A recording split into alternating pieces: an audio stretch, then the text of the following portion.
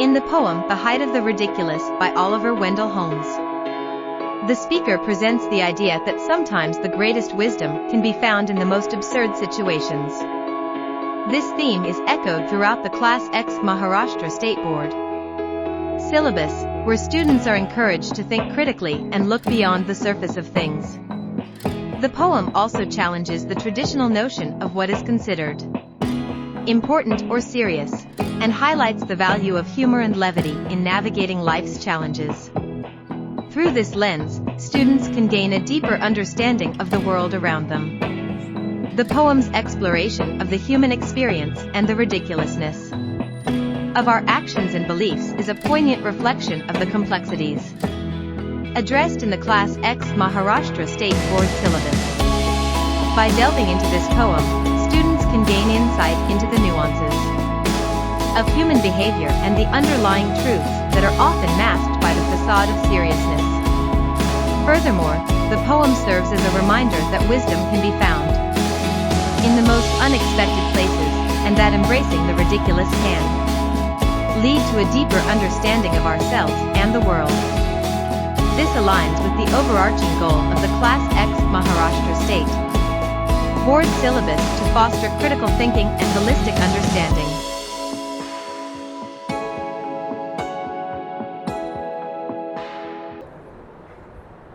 Okay, people, we will start with this poem that is there for State Board. Okay, The Height of the Ridiculous. ठीक है, Height of the Ridiculous एक fun poem है basically. ठीक है, मतलब इसका कुछ ज़्यादा सेंस नहीं बनता है, बट कभी कभी मजाक करते करते आप ऐसे ही हंसे जा रहे हैं है ना, ऐसा होता है कभी कभी. ठीक है, एक गुदगुदी वाला जो एहसास होता है उसको इस पोएम में दिया हुआ है. ठीक है, मतलब ज़रूरी नहीं कि आपका हर बार हंसने का कोई कारण हो. ठीक है, ऐसे ही खुशी के मारे में आप हंसे जा रहे हैं भाई साहब, ऐसे ही. ठीक है, so this is a very casual type of poem. और इसमें भाई साहब मतलब रिडिकुलस मतलब क्या होता है, रिडिक्यूल करते हैं हम, जिसका मजाक करते हैं हम तो हंसी आती है. तो हाइट ऑफ रिडिकुलस मतलब हद कर दिया आपने, ऐसा बोलते हैं ना, हाइट मतलब हद करते हो यार. ठीक है, इसको बंद कर दो बेटा, चार्जर पे चीज, हद कर दिया आपने. ठीक है, तो हाइट मतलब बहुत हो गया भाई साहब, तुम तो हाइट हो यार, ऐसा बोलते हैं ना, तो वैसा ही है रिडिकुलसनेस का भी ये हाइट हो गया. ठीक है, okay. The poem the height of the ridiculous by Oliver Wendell Holmes is a humorous poem written for enjoyment. बस एक एंजॉयमेंट के लिए पोएम लिखा गया, इसका कोई पर्पस नहीं है. It's a very humorous poem, मतलब मजाकिया पोएम है. और एक जैसे बोलते हैं ना, कभी कभी हम टाइम पास के लिए चीज़ें कर लेते हैं, तो ये पोएम भी लगभग उसी इंटेंशन से लिखा गया है. ठीक है, with plenty of funny expressions. The main purpose of the poet is to simply entertain his audience. यहाँ पे poet का purpose क्या है, just सिर्फ मजाक मस्ती करना, ऐसे ही अकारण मजाक मस्ती करना. ठीक है, तो just to entertain his audience. The purpose of the poet is to just entertain his audience. The rhyme scheme of the poem is A B C B. ठीक है, there are many figures of speech like hyperbole, tautology, ये सब हम देखेंगे भाई साहब, onomatopoeia. ठीक है, आपका alliteration, but the one that stands out is transferred epithet. In the line 10 days and nights with sleepless eye, the adjective sleepless should be from the man and not the eye. This is a humorous poem. ठीक है, ये सब हम बाद में discuss करेंगे, लेकिन ले देकर भाई साहब एक humorous poem है. ठीक है, all these figures of speech we are going to discuss when we are going to go through the poem at length, but for the time being just understand that it's a very humorous poem. Humour मतलब मजाक से भरपूर है और कोई मतलब sense नहीं है ऐसा. The special feature of the poem is expressions that indicate funny moments. ठीक है, the reader forms a mental picture and enjoys the poem. My favourite line is the 6th. यहाँ पे एक एप्रिसिएशन कैसे लिखा जाएगा इस पोएम का, इसका आइडिया दिया है. ही बर्स्ट 5 buttons. कभी कभी बोलते हैं ना, हम हंसते हंसते बस पेट फट जा रहा है. ठीक है, तो पेट एक्चुअली फट नहीं जाता है, लेकिन वो इतना हंस रहा था कि उसका जो शर्ट के बटन थे वो फट गए वैसा, ऐसे. ठीक है, I like this line because I can imagine the man must have been laughing till he burst the buttons of his coat और on his coat. I like the poem because it is a light, simple and entertaining poem. कोई भारी भरकम message नहीं है, कोई बहुत serious poem नहीं है, कोई मतलब वाला पोएम नहीं है, जस्ट हंसने के लिए हंसना है. ठीक है, इस तरीके का ये भाई साहब पोएम है. ठीक है, I wrote some lines once upon a time in wondrous merry mood and thought as usual men would say they are exceeding good. ठीक है, तो पोएट बोल रहा है कि मैंने कभी एक बहुत खुशी के मूड में मैंने कुछ लाइंस लिखे थे और मैंने सोचा था कि लोग बोलेंगे कि अरे वाह बड़े अच्छे लाइंस हैं। ठीक है, they are so queer, so very queer, queer मतलब होता है वैसा फनी। ठीक है, so very queer I laughed as I would die. आज की तारीख में वैसा जब मैं इसको पढ़ता हूं तो मुझे भी वैसा इतनी हंसी आ रही है। Albeit in general way a sober man am I. देखिए, although I am a very sober man, देखो मतलब मुझे मालूम है कैसे अपने आप को कैरी करना है। ठीक है, कहाँ हंसना है, कहाँ रोना है, कहाँ भाई साहब सीरियस रहना है, आई नो दीज थिंग्स। लेकिन मैंने एक ज़माने में कुछ लाइंस लिखे थे जब मैं बहुत चेयरफुल मूड में था और उनको मैं आज भी पढ़ता हूँ तो मुझे हंसी आ जाती है।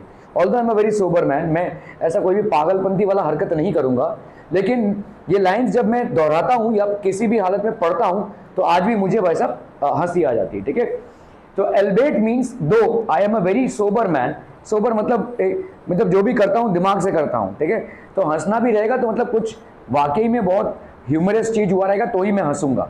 ठीक है, लेकिन आज भी जब मैं उन लाइंस को पढ़ता हूँ तो मुझे हंसी आ जाती है। ठीक है, I called my servant and he came, how kind it was of him to mind a slender man like me, he of the mighty limb.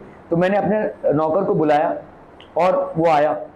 कितना कितना अच्छा है भाई। ठीक है, वो मतलब इतना तगड़ा इंसान है और मैं एकदम से दुबला पतला सा इंसान हूँ, लेकिन वो फिर भी मेरे को ओबे कर रहा है। ठीक है, that is what is trying to say. These to the printer, मैंने बोला कि भाई साहब इसको जरा प्रिंटर पे लेकर जाएंगे तभी प्रिंट करा के लाएंगे।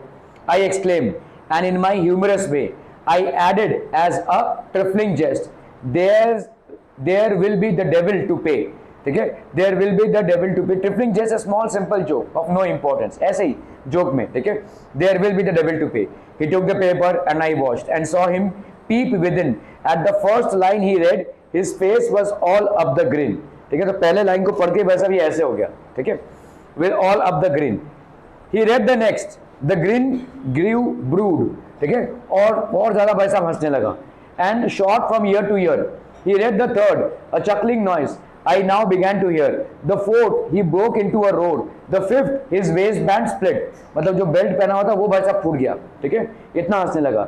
The sixth, he burst 5 buttons, उसके 5 बटन टूट गए। ठीक है, and tumbled in a fit.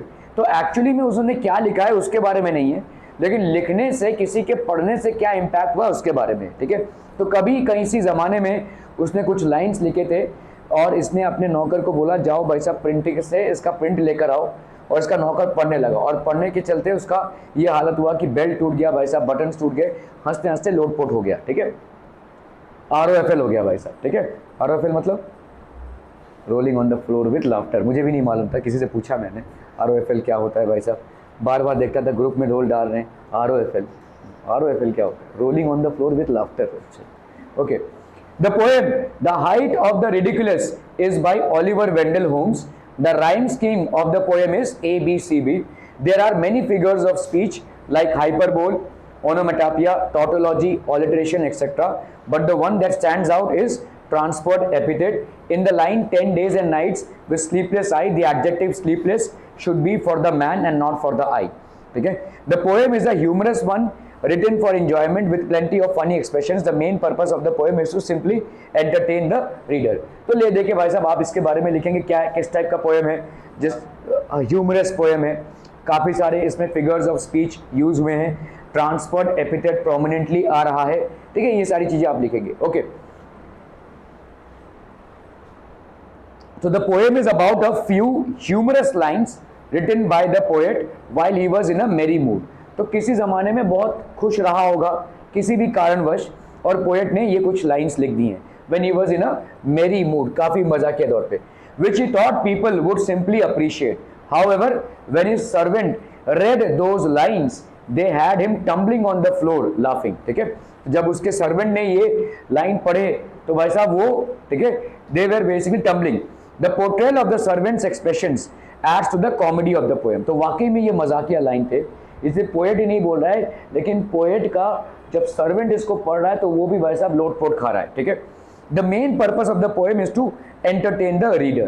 ठीक है, जस्ट टू एंटरटेन, एक सिंपल सा पोएम है, मतलब कोई सीरियसनेस नहीं है, कुछ नहीं है, जस्ट मजाक का इफेक्ट दिखा रहे हैं। ठीक है, Oliver Wendell Holmes was an American physician, physicians थे मतलब डॉक्टर थे ये, पोएट भी थे and comedian, who was most known for his medical research and teaching.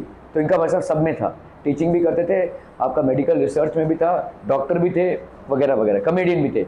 He was born on August 29, 1809 in Cambridge Massachusetts. Massachusetts basically एक state है, ठीक है, इन यूएस, जैसे आपका उत्तर प्रदेश, महाराष्ट्र यहाँ पे स्टेट होता है, तो वैसे वहाँ पे भी इलिनॉइस, मैसेच्यूसेट्स, साउथ कैरोलिना, ये सब स्टेट्स हैं, ठीक है। So Massachusetts and died on October 7, 1894 in Cambridge. He graduated from the Harvard law school, law भी पढ़ा है उन्होंने वैसे, ठीक है। ओके, सो काफी सारे टैलेंट है इनके अंदर। Theme throughout the poem the tone is light and humorous. पूरे पोएम में टोन बहुत लाइट है और काफी ह्यूमरस भी है, ठीक है, light and humorous. The poet is normally calm but this poem made him shriek, ठीक है। तो नॉर्मली एक सोबर इंसान है, देखो इसने बोला ना उसमें कि although I am a very sober person, ठीक है, एक काम पर्सन हूं, but this poem made him shriek, ये वैसा पागल हो गया, हंसते हंसते लोग पागल हो जा रहे हैं। He requested his servant to read the poem, which caused his buttons and waistband to tear apart while laughing. However, the poem caused his servant a lot of sleeplessness and unrest that the poet vowed to never write another humorous poem. तो भाई साहब poet ने वाव ले लिया कि अभी इस तरीके का पोएम मैं नहीं लिखूंगा, ठीक है। तो अभी हम स्टैंजा बाय स्टैंजा या लाइन बाय लाइन एक्सप्लेनेशन पे जाएंगे, ठीक है। तो स्टैंजा 1 है भाई साहब, I wrote some lines once on a time in wondrous merry mood. तो उस टाइम पे मेरा मूड भाई साहब बहुत खुश था, मैं किसी भी रीजन के लिए, and thought as usual men would say they were exciting good. तो कभी ना कभी कोई अगर पढ़ लेगा इसको तो कोई भी बोलेगा कि वाओ क्या पोएम लिखा है, ठीक है। The poet begins by narrating how he once penned a hilarious poem. Hilarious मतलब मजाकिया पोएम, बहुत ही ह्यूमरस पोएम, ठीक है, a very humorous poem. Penned मतलब उसने अपने पेन से लिखा, he penned down a poem and that was very humorous in nature, ठीक है। As usual he believed it was exceedingly good, तो उनको लगा कि हाँ यार अच्छा क्रिएशन किया है मैंने, ठीक है, and that the audience would like it tremendously। तो जब उन्होंने लिखा था तो ये फीलिंग आई थी कि भाई साहब सबको ये अच्छा लगेगा, ठीक है। They were so queer, so very queer, I laughed as I would die, albeit in the general way a sober man I am। albeit मतलब दो, ठीक है, एक जनरल तरीके से मैं एक सोबर इंसान हूँ, लेकिन ये इतना मजाकिया लैंग्वेज में लिखा गया है कि कोई भी नॉर्मल इंसान भाई साहब लोट पोक जाएगा हंसी में, ठीक है। Okay, he describe the lines as queer, very strange and laughed like he was about to die. इन लाइन्स को अगर हम पढ़ेंगे तो मतलब हंसते हंसते पेट फट जाएगा, ऐसा हुआ। Although otherwise he considered himself a sober man, ठीक है, generally he was a sober man. He refers to himself as a sober man since he used to be very reasonable and serious person. तो काफी reasonable और serious person थे ये, ठीक है। But he knows his poetry would make people laugh, ठीक है। तो इनके पीपल जो है तो भाई साहब इसको पढ़ के कोई भी हंसेगा ही, ठीक है। His poetry would actually make people laugh, ठीक है। I called my servant and he came, how kind it was of him to mind a slender man. मतलब स्लेंडर मतलब एक दुबले पतले से इंसान, पोएट हैं, ठीक है। He of mighty limb, mighty limb मतलब अच्छा खासा ताकतवर इंसान था, लेकिन मैंने उसको बुलाया और वो आ गया, सर्वेंट था मेरा, ठीक है। Holmes called his servant to arrive, होम was extremely respectful to his servants, he called his servant kind and gracious. तो he says that it was very kind of him to be of a person of mighty limb yet attending to me who was basically quite slender. Slender मतलब दुबले पतले से इंसान थे, ठीक है। To be looking after a slender frail man like himself, ठीक है। Okay, these to the printer, ठीक है, I exclaimed, and in my humorous way I added as a trifling jest, there will be the devil to pay, ठीक है। These to the printer, the poet exclaimed, directing him to print the papers। भाई साहब printing machine से इनको print कराकर लेकर आइए, and in a humorous way, बड़े ह्यूमरस तरीके से इसको एक्सप्रेस कर रहे हैं। He continued, there will be the devil to play, trouble that results from making a bargain with the devil or pretty much the problem, ठीक है। तो मतलब कैसा है, there will be the devil to pay। आप जब printing मतलब ये प्रिंटर के पास लेकर जाएगा, प्रिंट करवाएगा, फिर बार्गेनिंग करेगा, नहीं 10 नहीं 5 नहीं ऐसा वाला, ठीक है। तो there will be the devil to pay, मतलब जब पेमेंट की बात आएगी तो डेविल की तरह हो जाना, ठीक है, मतलब थोड़ा बार्गेन करना है, ऐसे ही नहीं कि उसने जो मांगा वही दे दिया, ठीक है। So there will be the devil to pay. So I added as a trifling jest and in my humorous way I added there will be the devil to pay। So what does he mean by the they will be the devil to pay? Bargaining करना, ठीक है। जितना भी printer वाला बोलेगा या xerox वाला बोलेगा उतना उसके दे देना, ऐसा नहीं, थोड़ा बार्गेनिंग करना, मतलब ठोस रखना अपने आप को, ठीक है। ऐसे जो बोल दिया वो दे दिया, थोड़ा सा अपने आप को डेविल की तरह, नहीं नहीं नहीं तो इतना नहीं होता, इतना नहीं होता, ठीक है। सो ऐसा बार्गेन करना, there will be the devil to pay, that's what he is saying. Okay, he took the paper and I watched and saw him peep within, at the first line he read his face was all up the green.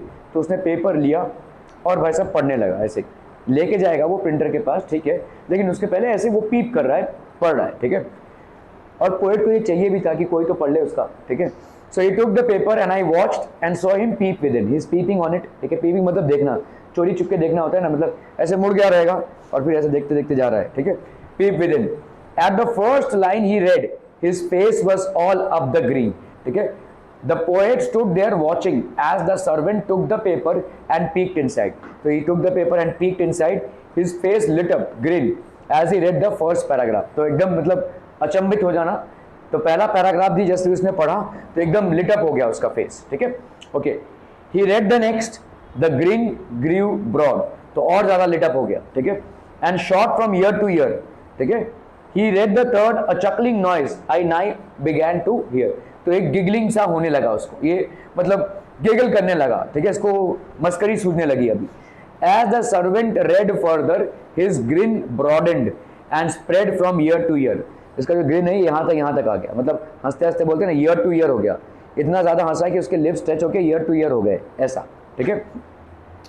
He proceeded to read the third paragraph and couldn't stop himself from chuckling. Chuckling मतलब giggling, ठीक है, मतलब पेट दबाकर हंसते हैं ना जब लोग, तो उसको बोलते हैं हम चकलिंग, ठीक है। He proceeded to the third paragraph and couldn't stop himself from chuckling. The sound of his giggling was audible to the poet. The sound of giggling was audible to the poet. तो ये जो giggling का sound है, that was basically audible to the poet, ठीक है, okay. The fourth he broke into a roar. जैसे उसने भाई साहब फोर्थ लाइन फिनिश किया, he broke into a roar, मतलब there was a roar of laughter. अभी तक तो भाई साहब वो फी करके हंस रहा था, अभी जोर जोर से हंसने लगा, ठीक है। देयर वाज मतलब एक्सप्लोड सा हो गया, एक्सप्लोसिव हो गया सिचुएशन, ठीक है। The fourth he broke into a roar, the fifth his waist band split, the sixth he burst 5 buttons and tumbled in a fit, ठीक है।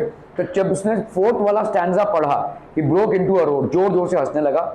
The fifth his waist band split, waste band मतलब belt होता है, वो जो belt पहना था वो टूट गया, इतना उसका हंसी हो रहा है। The sixth he burst 5 buttons, तो उसके जो 5 बटन थे पेट की तरफ वो भी फट गए, ठीक है। And tumbled into a fit, और ऐसा लगा कि मतलब वो एक फिट में गिर गया हो, ठीक है।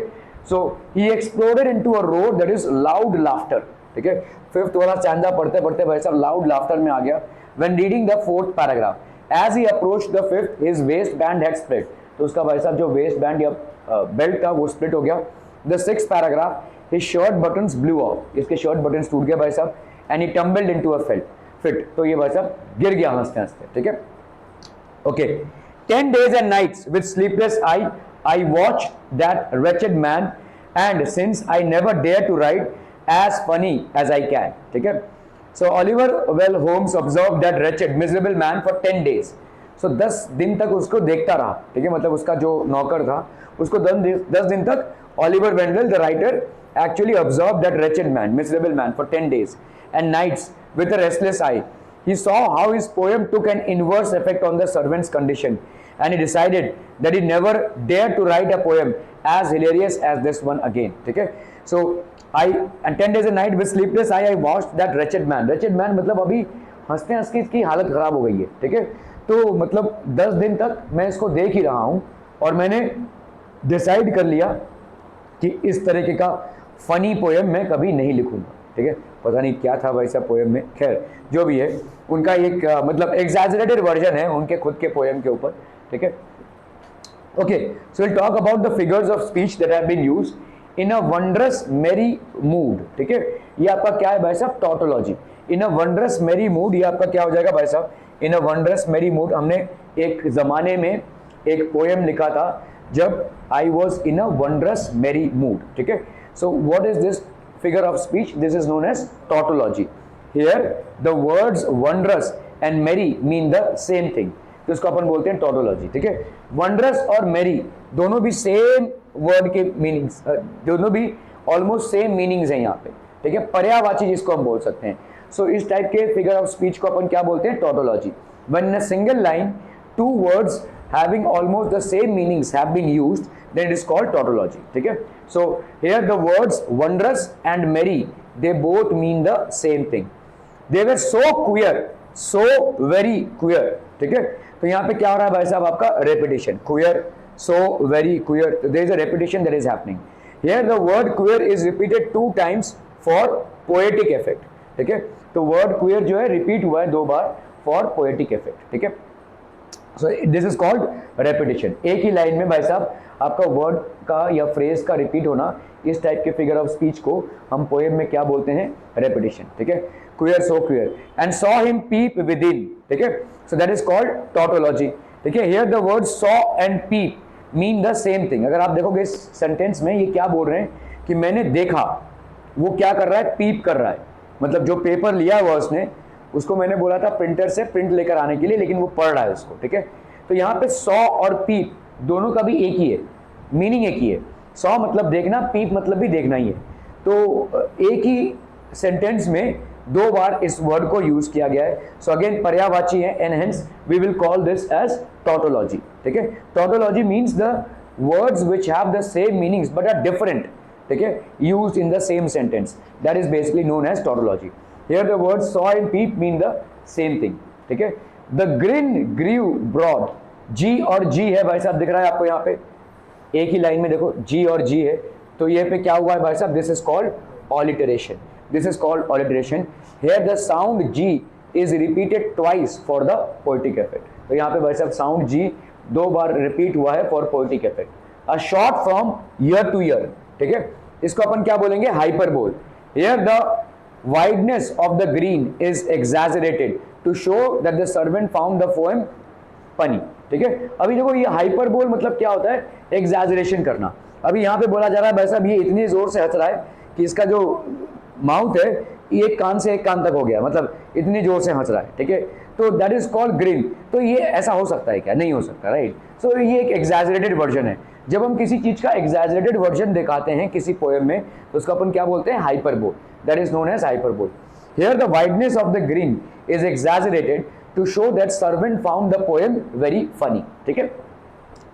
He broke into a roar, तो अ रोर ऑफ लाफ्टर, तो अपन क्या बोलते हैं, देखो जब भी हम बोलते हैं ना, जैसे अ कैट म्यूज, ठीक है, अ लायन रोर्स, ठीक है, अ डॉग और अदर वुल्फ हाउल्स, ठीक है, ये सारे जितने भी, अ डॉग बार्क्स, ठीक है, ये सारे जितने भी हैं वो साउंड्स हैं, these are basically certain sounds. और जब हम साउंड्स को रिप्रेजेंट करते हैं, ठीक है, तो उसको हम बोलते हैं क्या, ओनोमेटोपिया, ठीक है। ओनोमेटोपिया मतलब साउंड को रिप्रेजेंट करना। तो यहाँ पे क्या है, he broke into a roar of laughter, ठीक है। so this is what onomatopoeia.